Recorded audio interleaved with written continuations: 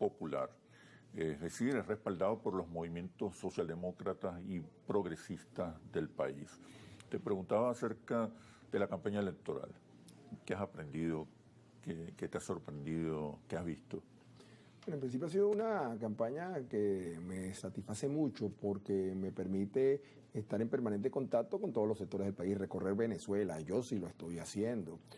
En unos minutos, después que termine esta entrevista, salgo a una nueva gira. ¿Qué me encuentro? Me encuentro un pueblo alegre, con muchísimas expectativas, con una gran esperanza, convencido que el futuro puede ser mejor, y eso es bien alentador, bien positivo.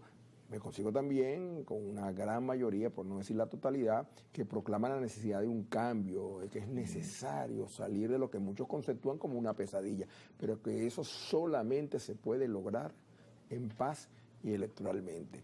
El hecho que la gran mayoría de los venezolanos quieran un mañana mejor, pero lo quiera fundamentado sobre la paz y sobre el hecho electoral, me hace sentir mucho más convencido de que el futuro va a ser lo que queremos ser, lo que puede ser, porque dejaremos atrás tanta confrontación, tanto enfrentamiento. Me encuentro también con problemas que son comunes en toda Venezuela, que no deberían existir en un país como el nuestro, con tanta riqueza. Es el problema eléctrico, es el problema de los servicios públicos, es el problema del sistema de salud, es el problema de los ingresos, que quizás es lo que más preocupa a los venezolanos.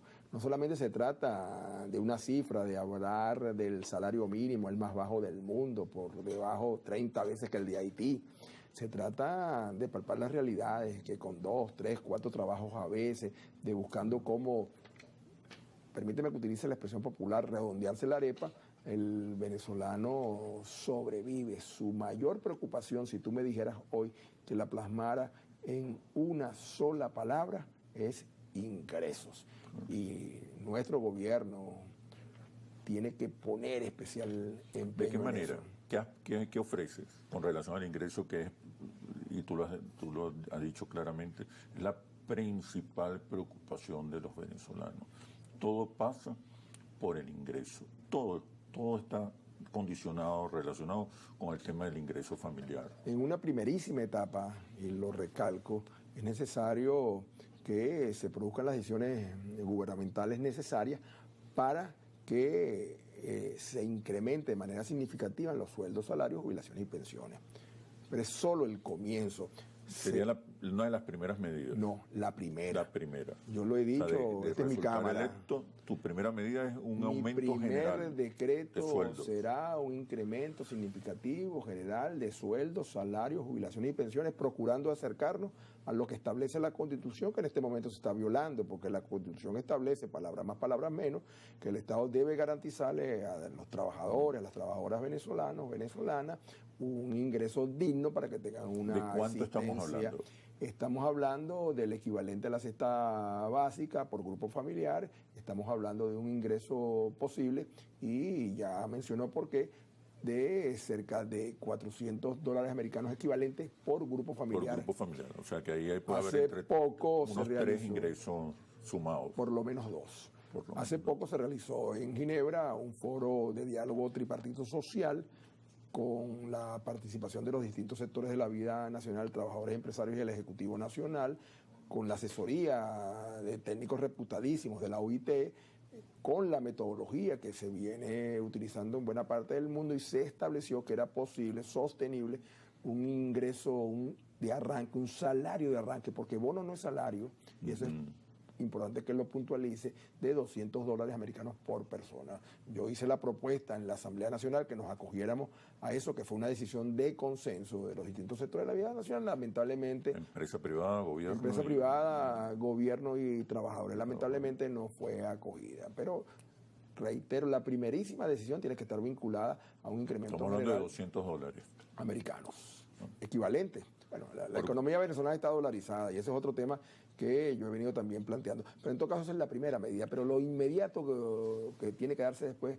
es abrir por completo la economía, porque no basta solamente con incrementar los sueldos, salarios, jubilaciones y pensiones, que va a provocar un incremento en la capacidad de compra de los venezolanos. Al incrementar la capacidad de compra, se incrementará la demanda sobre bienes y servicios. Al incrementar la demanda sobre bienes y servicios, el empresariado y los emprendedores están obligados a aumentar su producción, pero también su productividad, y entonces empiezan a generarse empleos de calidad, con lo cual se cierra ese círculo virtuoso. Yo no estoy diciendo nada que no se haya hecho antes.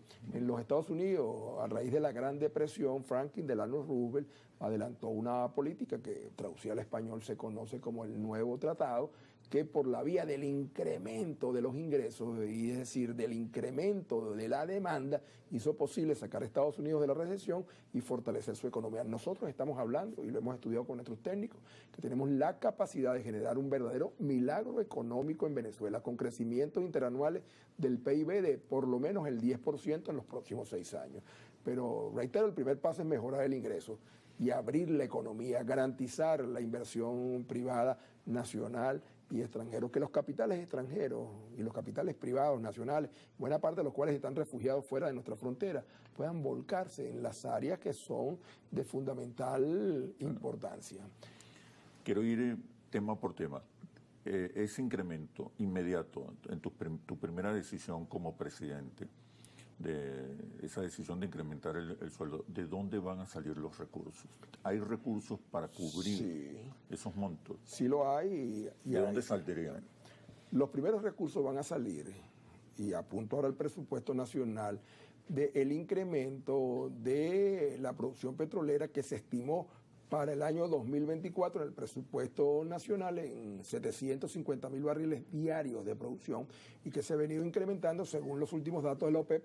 Ya andamos por los 850.000 barriles diarios, y según el presidente de la República estamos en capacidad de superar el 1.000.000 de barriles diarios antes que termine el año. Es decir, el excedente en los estimados de la producción petrolera del 2024 tienen que dedicarse por completo a sueldos, salarios, jubilaciones y pensiones. Pero cualquier presidente que resulte electo el 28 de julio, y naturalmente espero ser yo, va a tener la capacidad de liberar cuantiosos recursos del país que están retenidos en el extranjero. Solamente en Londres, en el Banco de Inglaterra, hay 2.300 millones de dólares retenidos bajo la figura del oro. En el Novobank, en el de Portugal, en el Citibank, en Estados Unidos, hay importantísimos montos de dinero retenidos productos de las sanciones que rechazamos. En el Fondo Monetario Internacional hay 5.000 millones de dólares en derechos especiales de giro. Es decir, Venezuela tiene unas posibilidades de caja en este momento que está retenido, que al producirse una elección que sea reconocida por los distintos factores internacionales que están bloqueando buena parte de esos recursos, tendrán que ser liberados. Si nosotros logramos liberar esos recursos, podríamos entonces en el cortísimo plazo cubrir ese incremento. No voy a hablar de un tema que, bueno, muchos venezolanos conocen, y conocen porque de alguna manera las autoridades judiciales del país lo han venido revelando, pero si se tratara incluso de hacer sostenible ese incremento, eso me quería preguntar. Bueno, hay miles de millones de dólares que se encuentran también fuera, que son producto de la corrupción. Si yo doy por cierto, y no tengo ninguna manera de decir que sí es así o que no es así, las cifras que manejó en su momento Rafael Ramírez, que otrora presidente de PDVSA, se burlaron de la industria, estaban en unos 10.000 millones de dólares. Pero si doy por cierta las cifras que en su momento Tarek Aizami mencionó, que se burló Rafael Ramírez y sus aliados, estamos hablando de 20.000 millones de dólares. Sí, doy por cierta, y no tengo ningún motivo por el cual dudarlo, reitero, las cifras que se han estado manejando a raíz del caso PDVSA Cripto, estamos hablando de 20.000 millones de dólares más. Y si estoy hablando de lo que Artiaga declaró, el antiguo tesorero, en una corte americana, de que él se apropió de 1.000 millones de dólares, o lo que dijo también, confesó la siguiente tesorera, Claudia Aldana, de que se viló 350 millones de dólares, o lo que los viceministros que están presos en España, en las cortes, han dicho que fueron sus comisiones, que andan en el orden de los 1.000 millones de dólares. Bueno, ahí nada más con eso, si lo pudiéramos recuperar, estamos hablando de más de 60.000 millones de dólares. Eso es varias veces el presupuesto nacional. El actual. Del actual. Pero en cualquier caso, como esas son hipótesis que están por verse, lo importante es que nosotros tenemos la capacidad, si procedemos a reactivar la economía venezolana, aumentando el ingreso en manos de los trabajadores, de los venezolanos en general, de dinamizar entonces la economía como un todo y abierta y convirtiéndose en un elemento de potenciación económica, hacer posible entonces ese incremento del salario. Hay también un área que tenemos que tocar, que es la devolución de los muchos activos que durante estos años se incautaron. ¿Tú crees que una vez como presidente electo puedas presionar para el levantamiento de las sanciones? Porque buena parte de esos recursos que necesitas para incrementar los sueldos